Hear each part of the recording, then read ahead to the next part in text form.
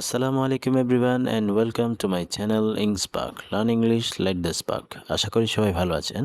আজকে আমরা এসএসসি পরীক্ষায় ঢাকা বোর্ড 2026 ইংরেজি দ্বিতীয় পত্রের 8 নং প্রশ্নে যে কানেক্টরটি রয়েছে তার সঠিক ব্যাখ্যা সহ সমাধানটি দেখে নিব। ভিডিওটি না টেনে পুরোটা দেখার এবং চ্যানেলটিকে সাবস্ক্রাইব করার অনুরোধ রইল।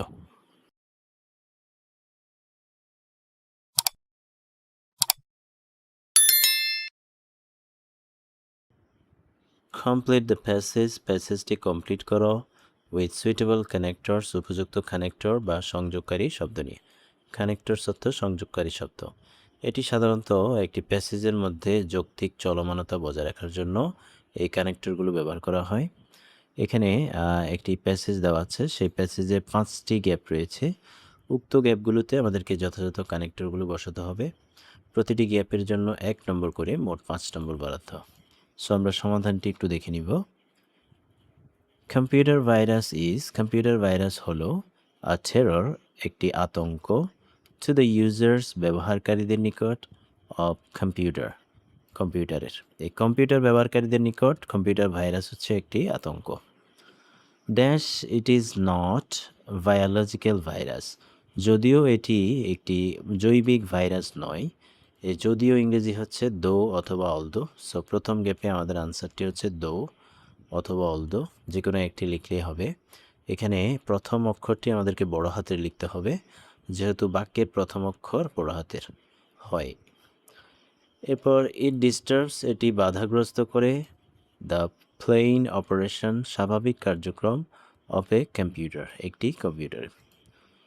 এরপর কম্পিউটার ভাইরাস হলো ইউজুয়ালি সাধারণত প্রোগ্রাম, একটি প্রোগ্রাম, টু ডিলিট দ্য ফাইলগুলো ডিলিট করতে, উইচ যেগুলো, আর সেভড জমা রাখা হয়, ড্যাশ ইউজফুল মেমোরিজ প্রয়োজনীয় মেমোরি বা স্মৃতির জন্য।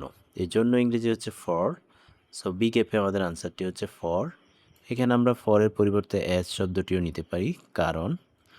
সো কম্পিউটার ভাইরাস হলো এমন একটি প্রোগ্রাম যেটি প্রয়োজনীয় স্মৃতির জন্য যে সংরক্ষিত যে ফাইলগুলো রয়েছে সেগুলো কি করে ডিলিট করে দেয় বা মুছে ফেলে।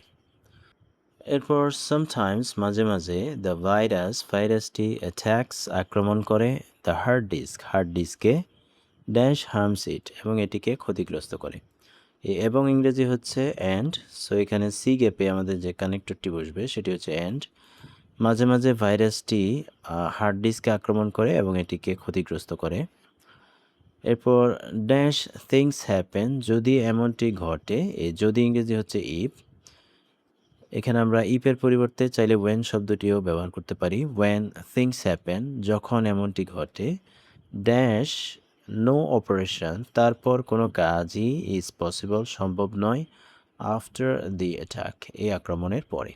এই তারপর ইংরেজি হচ্ছে দেন। এখানে আমরা ই গ্যাপে যে শব্দটি নিব সেটি হচ্ছে দেন। আমরা চাইলে দেনের পরিবর্তে অ্যাজ এ রেজাল্ট অথবা কনসিকুয়েন্টলি এই শব্দগুলো ব্যবহার করতে পারি। এগুলোর অর্থ হচ্ছে ফলে। সো এখানে আমরা মিনিংটা একটু যদি খেয়াল করি, যদি এমনটি ঘটে, ফলে নো অপারেশন ইজ পসিবল, কোনো কাজই সম্ভব নয়, আফটার দি অ্যাট্যাক, এই আক্রমণের পরে। সো এখানে আমরা চাইলে দেন শব্দটিও নিতে পারি, অ্যাজ এ রেজাল্ট অথবা কনসিকুয়েন্টলি শব্দটিও নিতে পারি। সো এই হচ্ছে ঢাকা বোর্ড 2026 ইংরেজি দ্বিতীয় পত্রের 8 নং প্রশ্নে যে কানেক্টরটি রয়েছে তার সঠিক ব্যাখ্যা সহ সমাধান। আশা করি ভিডিওটি তোমাদের অনেক উপকার আসবে। ভিডিওটি যদি ভালো লেগে থাকে তাহলে চ্যানেলটিকে সাবস্ক্রাইব করার এবং ভিডিওতে লাইক, কমেন্ট ও শেয়ার করার অনুরোধ রইল।